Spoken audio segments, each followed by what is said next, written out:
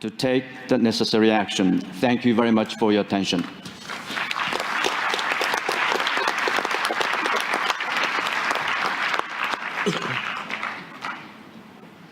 Our next speaker is His Excellency Minister Seru Iratu, who will present the main messages from Global Climate Action.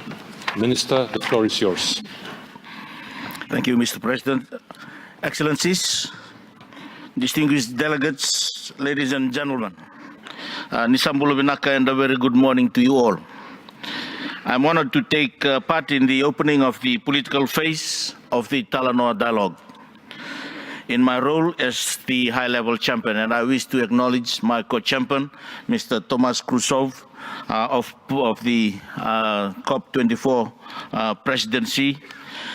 This opening marks the culmination of the Talanoa Dialogue process, where government ministers will gather alongside leaders from the private and business sectors, from non-governmental organizations, from intergovernmental agencies, and from civil society. This one-day gathering of leaders coming from different sectors and agencies to share their stories sums up the Talanoa process that swept across the world this year.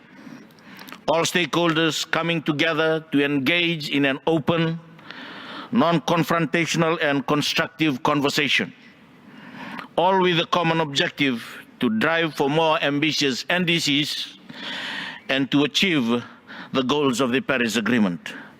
Excellencies, as a Fijian and a Pacific Islander, I was truly humbled by how the Talanoa approach was openly embraced by all stakeholders.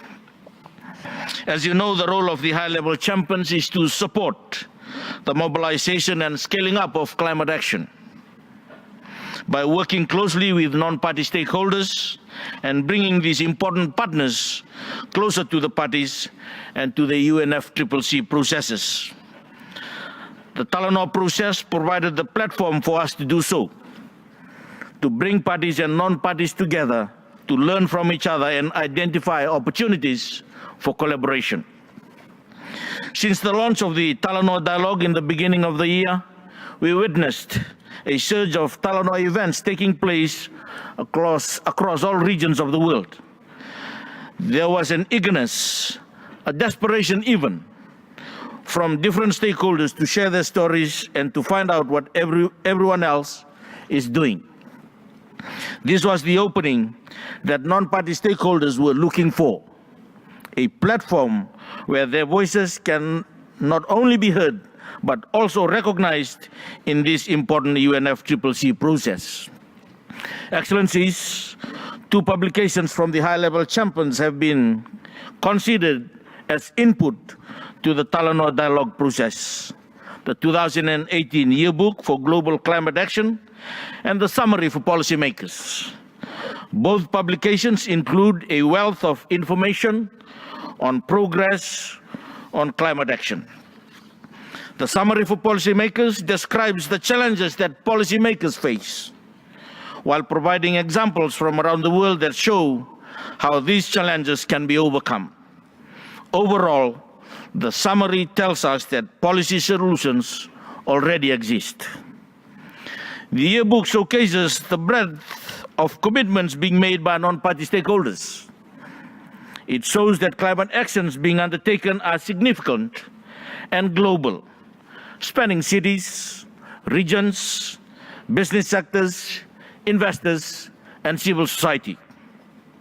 It shows commitments being carried out by more than 9,000 cities, around 240 states and regions, and more than 6,000 businesses. As of September this year, more than 60% of the initiatives were rated to have a high or medium to high performance producing outputs. The yearbook also shows an increase in climate initiatives in developing and least developed economies. These initiatives are helping drive technology transfer, capacity building, and financing to vulnerable regions. The Global Climate Action Portal, NASCA, reported By last October, around 12,000 stakeholders and 20,000 actions. Excellencies, ladies and gentlemen, the scale of actions and initiatives reported in the yearbook and NASCA is impressive.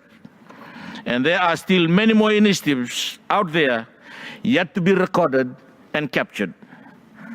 However, despite all these efforts, we have seen with the IPCC special report on 1.5 degrees that there is still a call for urgent action.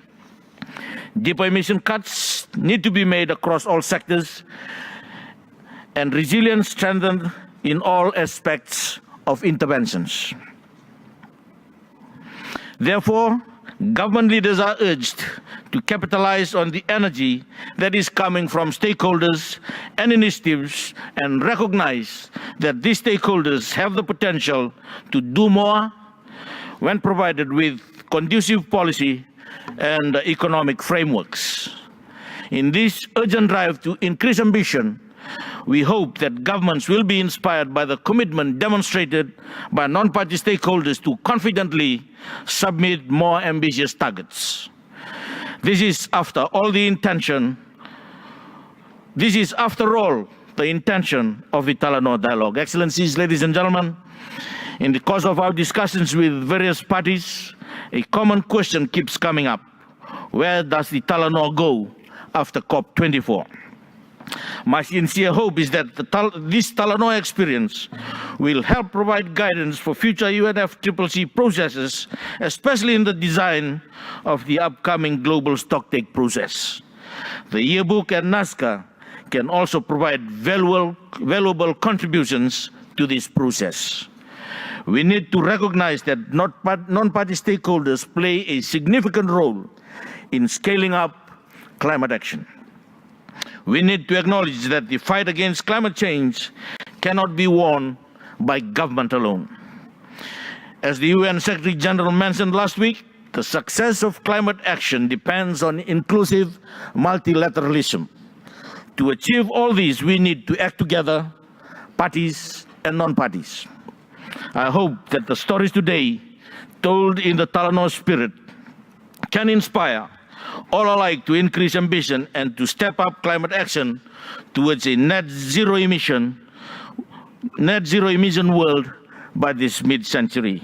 Only then can we build a resilient and sustainable future. Thank you.